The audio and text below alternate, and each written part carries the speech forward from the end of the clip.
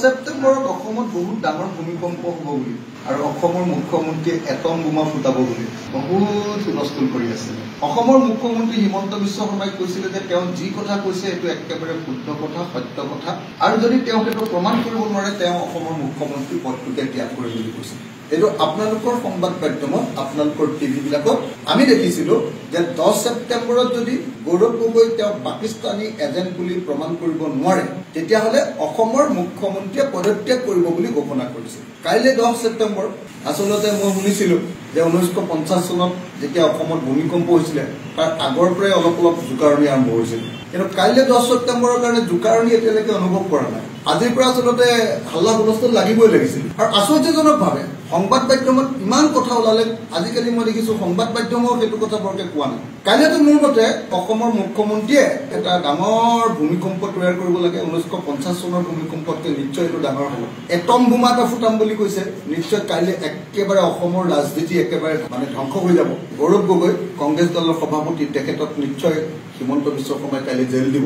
তেওঁলোকে কৈছে যে পাকিস্তানী এজেণ্ট, আৰু পাকিস্তানী এজেণ্টটো কেতিয়াও অসমত ৰাজনীতি কৰিব নোৱাৰে। আমাৰ দেশৰ শত্ৰু দেশৰ লগত যদি কোনোবাই এজেণ্টগিৰি কৰিছে তেতিয়াহ'লে নিশ্চয় নোৱাৰে, নহয় জানো? আপোনালোকে কওক। আমি ভাবো যে কাইলৈ হয় কংগ্ৰেছ দলৰ ৰাজ্যিক সভাপতি গৌৰৱ গগৈ ডাঙৰীয়া জেললৈ যাব, নহলে যদি সেইটো প্ৰমাণ কৰিব নোৱাৰে কাইলৈ অসমৰ মুখ্যমন্ত্ৰীয়ে পদত্যাগ কৰিব। অসমৰ মুখ্যমন্ত্ৰীগৰাকীয়ে যদি কাইলৈ এইটো প্ৰমাণ কৰিব নোৱাৰে, যদি তেওঁ অজুহাত উলিয়ায়, তেওঁ যদি কাইলৈ সংবাদ মেল নাপাতে, কাইলৈ যদি গৌৰৱ গগৈ গ্ৰেপ্তাৰ নকৰে, তেতিয়াহ'লে প্ৰমাণিত হৈ যাব যে হিমন্ত বিশ্ব শৰ্মাই সাংঘাতিক ধৰণৰ এটা মিছা কথা কৈছিলে, আৰু তেওঁৰ সমান ডাঙৰ মিছলীয়া মানুহৰ পৃথিৱীত কোনো নাই।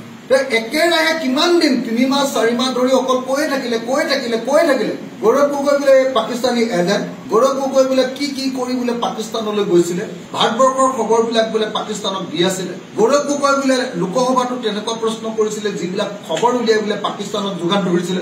এইবিলাক কথা আমি এইটো মুখ্যমন্ত্ৰী হিমন্ত বিশ্ব শৰ্মাৰ পৰা শুনিছো। তেওঁ সময় দি দিছিলে যে একদম 3 মাহৰ আগত সময় দি দিছিলে যে আমি 10 সেপ্টেম্বৰ, একদম তেওঁতো ব্ৰাহ্মণ মানুহ না, হেৰি চাই লৈছিলে চাগে, পঞ্জিকা চাই চাগে 10 সেপ্টেম্বৰটো ঠিক কৰি লৈছিলে। তো তেওঁতো একদম আপোনালোকে সকলোৱে জানে যে বিজেপি চৰকাৰ অহাৰ পৰা এতিয়াতো খুঁটাটো কোনফালে দিব সেইফালে তাতো হেৰি লগায়, বাস্তু শাস্ত্ৰ লগায়। আপোনালোকে সকলোৱে জানে যে একেখন কোৱাৰ্টাৰ, এটা অফিচৰ একেখন দুৱাৰকে 10 বাৰ ভাঙি বদলাই থাকে। তেওঁলোকে খুব বিশ্বাস কৰে আমাৰ হিমন্ত বিশ্ব শৰ্মা ডাঙৰীয়াই চাই চিটি গণি পিটি 10 সেপ্টেম্বৰটো ডেট নিৰ্ধাৰণ কৰি দিছিলে। 10 সেপ্টেম্বৰৰ দিনা তেওঁ কৈছিলে যে সেইদিনা বিস্ফোৰণ হ'ব, সেইদিনা গৌৰৱ গগৈ হয়তো জেলত যাব, আমি অনুমান কৰিছো।